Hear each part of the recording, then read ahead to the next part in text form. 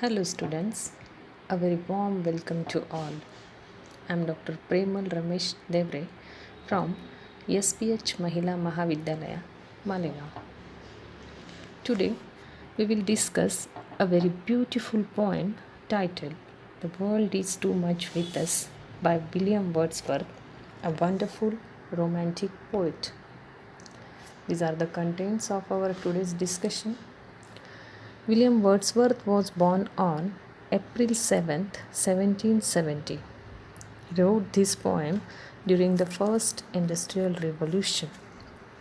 This is a beautiful sonnet with a theme that is relevant in today's time, a theme about being away from materialism and enjoying the beauty and glory of nature. Wordsworth has been a person who has really worshipped nature. He is considered one of the giants of English poetry, whose greatness as a poet has almost been universally recognized. In this poem, the poet describes human beings' relationship with natural world. The poet blames industrial society for replacing the connection between humankind and nature due to material pursuits. The poet contrasts nature with the world of materialism. People have lost the ability to connect with nature while pursuing worldly pleasures. We have given away our emotions and liveliness. Our lives have nothing to do with the rhythms of the natural world. The poet laments the evils of materialism which have made the man insensitive towards the beauty of nature. People were no longer in touch with nature. This is the text. We will go through it in upcoming slides. In this poem, Wordsworth condemns the excessive interest of people in money. Today, money rules and governs us. Getting and spending have become the chief concern in our life. We feel too preoccupied in worldly activities. Wordsworth suggests that we should spend more time respecting nature because nature is no longer important to any of us. This poem is rather a very simple poem which has deeper meaning which can be found by having deeper reading and understanding of the poem. Definitely, this poem has a valuable lesson for all of us. The world is too much with us, late and soon. Getting and spending will lay waste our powers. Little we see in nature that is ours. We have given our hearts away, a solid boon.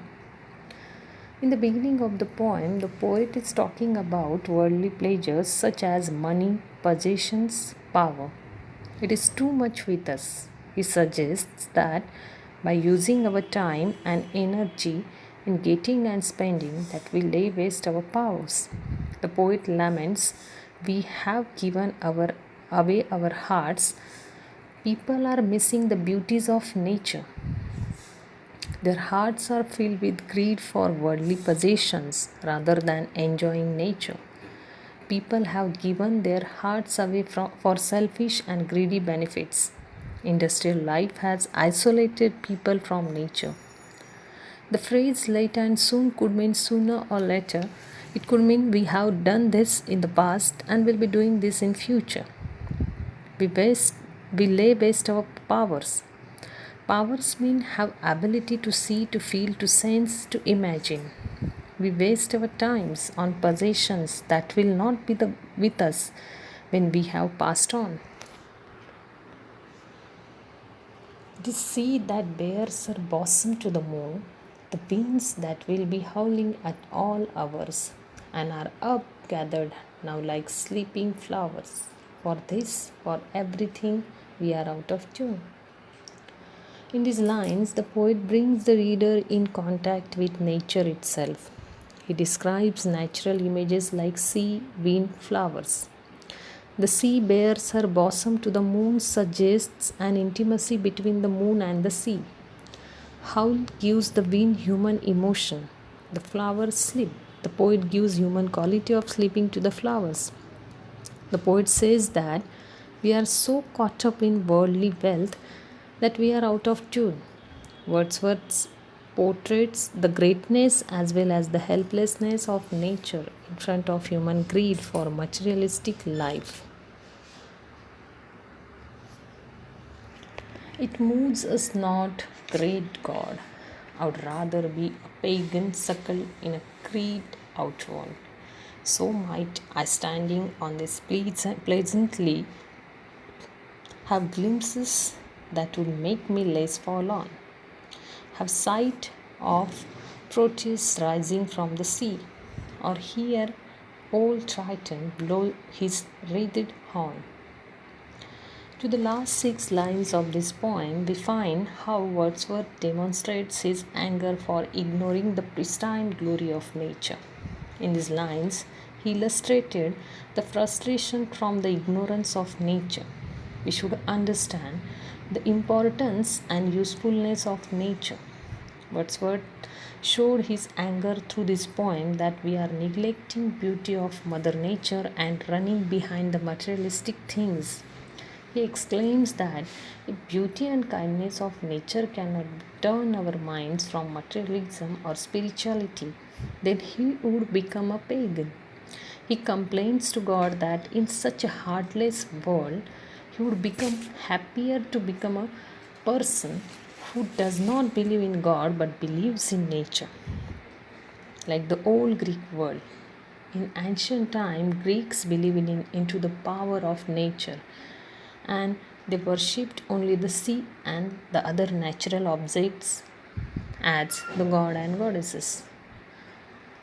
Wordsworth tried to convey this message to the world that one day one should not forget its importance, otherwise, one day we will face its consequences.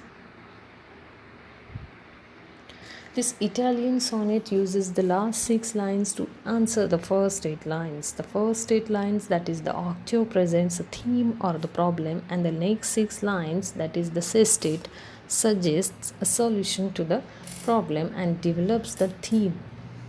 Wordsworth wrote most of the lines of this poem in iambic pentameter, in which a line has 5 pairs of syllables.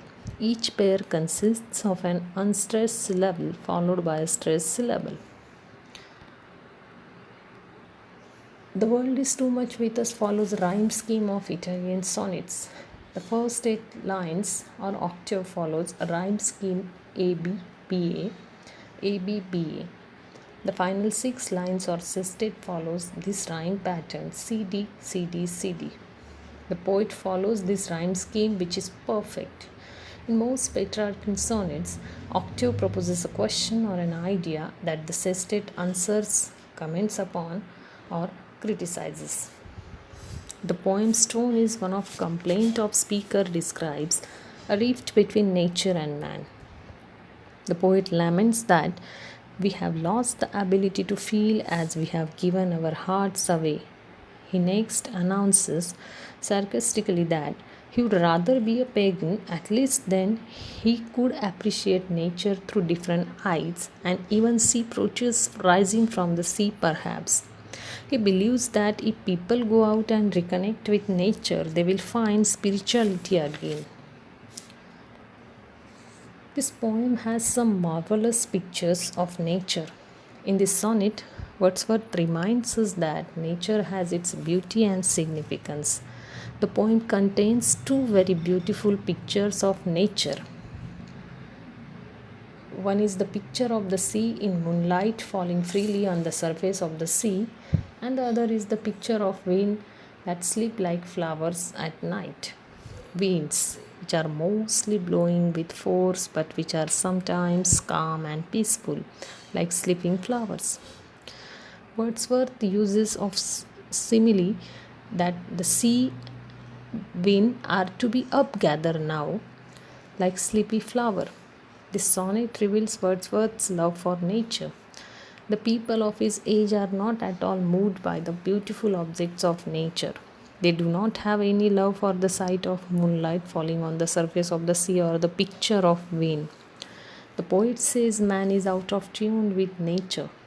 He appeals to the God and says, He would rather be a pagan. As a pagan, the poet would have opportunity of witnessing the sides of pagan gods like Proteus and Triton. It reveals the poet's perception of himself in society. To conclude, by writing this poem, William Wordsworth sent out a beautiful message to everyone in this world 200 years ago, but it can be still applied today. The poem is representative of Wordsworth's poetic genius. William Wordsworth reveals very beautiful message to everyone. Hope you like and understand the poem. We will look forward to meet you in the next video. Thank you.